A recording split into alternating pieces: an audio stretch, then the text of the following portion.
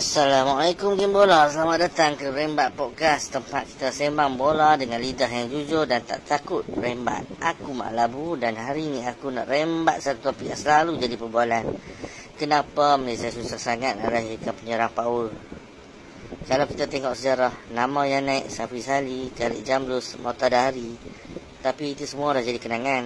Yang terkini ada, tapi kenapa tak menonjol? Salah satu punca besar liga kita terlalu bergantung pada import. Setiap persoalan mesti ada striker luar. Mereka ni main saja 90 minit. Penalti pun mereka ambil. Striker tempatan, panas bangku lah jawabnya. Bila tak main, tak ada peluang. Bila tak ada peluang, macam mana nak grow? Tapi nanti bila main pun 10 minit je hujung game. Kalau tak skor, netizen mulalah. Dia ni tak ada kelas lah, tak ada finish. Lagi satu, mental pun main peranan. Budaya kecam tu kuat sangat. Salah sikit je, nah, klik masuk TikTok, caption menyakitkan hati. Macam mana saya kena tenang depan gol kalau luar padang pun kena rembat? Aku percaya, striker power dari Malaysia ni ada. Tapi kita tak beri ruang pada mereka naik. Kita cepat sangat hilang sabar.